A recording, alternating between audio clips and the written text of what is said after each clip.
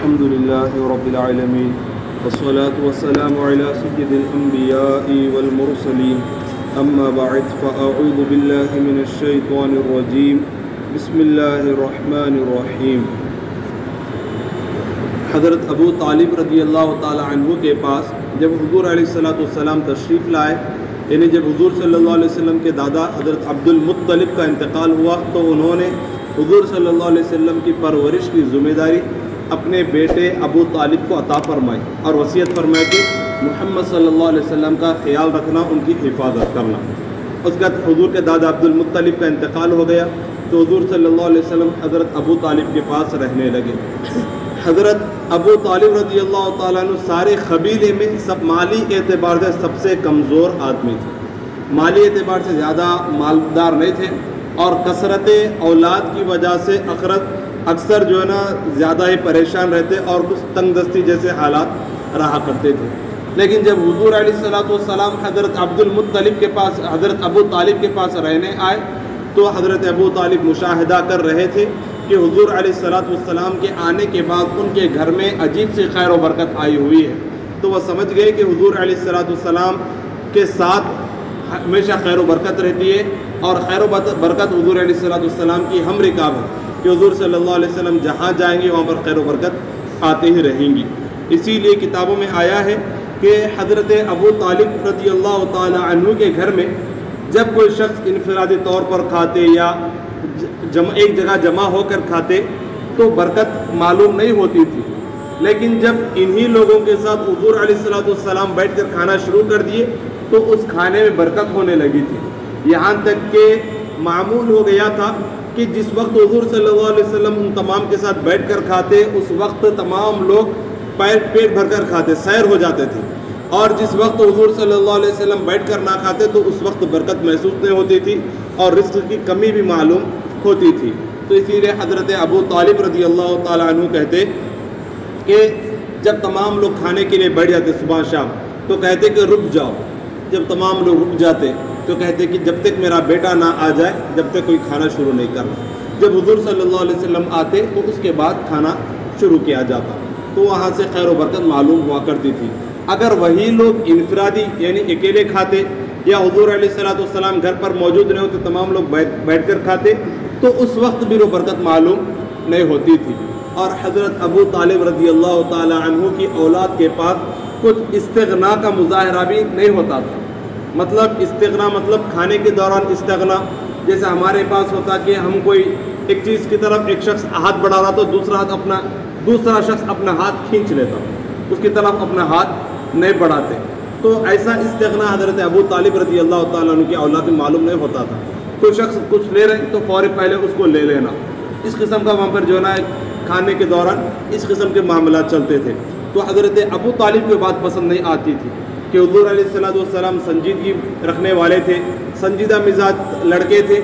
اور استغنا کا مظاہرہ بھی کرتے تھے، یعنی کوئی شخص ہوتا تو پہلے ان کے پاس پیش کر دیتے، اپنے آزو بازو والوں کو دیا کرتے تھے،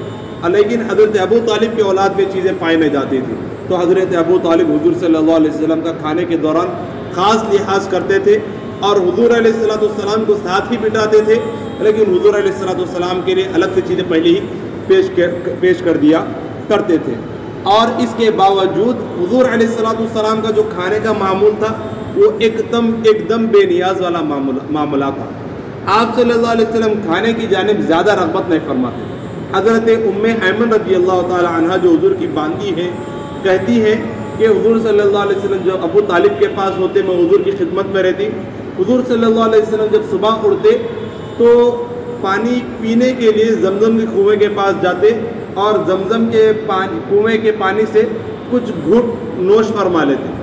اس کے بعد آپ صلی اللہ علیہ وسلم جو ہے شام تک ایسے ہی رہتے، اور جب کھانے کے لیے بلایا جاتا آپ صلی اللہ علیہ وسلم صبح ناشتے کے وقت یا کبھی دوپہر کے وقت تو آپ صلی اللہ علیہ وسلم فرماتے کہ میرا پیٹ بھرا ہوا ہے، مجھ کو کھانے کی حاجت نہیں ہے، بالکل کھانے سے بے پرواہی آپ صلی اللہ علیہ وسلم کا مظاہرہ کیا کرتے تھے۔ اور جب صبح کے وقت اٹھتے حضرت ابو طالب کے رہنے کے دوران صبح کے وقت اٹھتے تو حضرت ابو طالب رضی اللہ تعالی عنہ کی اولاد پر نیند کا اثر معلوم ہوتا تھا، جیسا صبح کے وقت اٹھے آنکھ جو ہے نا تھوڑی بند ہو رہی ہے اور ایک عجیب سی جو ہے نا غنود کی چھائی ہوئی ہے، سستی چھائی ہوئی ہے، لیکن آپ صلی اللہ علیہ وسلم کا معمول بالکل اس کے برعکس ہوتا تھا۔ جب صبح اٹھتے تو یوں معلوم ہوتا کہ بالکل آپ صلی اللہ علیہ وسلم کئی دیر سے جو ہے نا اشار ہے اور بالکل بیدار ہے، اور آنکھوں میں آپ صلی اللہ علیہ وسلم کے سرما بھی دکھا کرتا تھا۔ اور آپ صلی اللہ علیہ وسلم اپنے اخلاق اور عادات کا اتنا لحاظ رکھتے، اور آپ صلی اللہ علیہ وسلم کی عادات تمام بچوں سے الگ تھی، اور آپ صلی اللہ علیہ وسلم خاص طور پہ کپڑے پہننے کے دوران آپ صلی اللہ علیہ وسلم کافی لحاظ کرتے تھے کہ کوئی گھر پر موجود نہ ہو، کوئی اس وقت وہاں پر موجود نہ ہو جہاں آپ صلی اللہ علیہ وسلم کپڑے پہن رہے ہوں۔ اگر کوئی ہو ان کو تو آپ صلی اللہ علیہ وسلم کہتے کہ اپنا چہرہ پھیر لیجئے، جیسے کہ کتاب میں آیا ہے کہ حضور صلی اللہ علیہ وسلم ایک مرتبہ ہوا یوں کہ حضور کپڑے بدل رہے تھے، رات کے وقت سونے کا وقت تھا، تو حضرت ابو طالب کیونکہ حضور کو اپنے پاس ہی اپنے سیدھے ہاتھ کی طرف سلایا کرتے تھے، تو رات کے وقت کپڑے بدلنے کے لیے سونے کے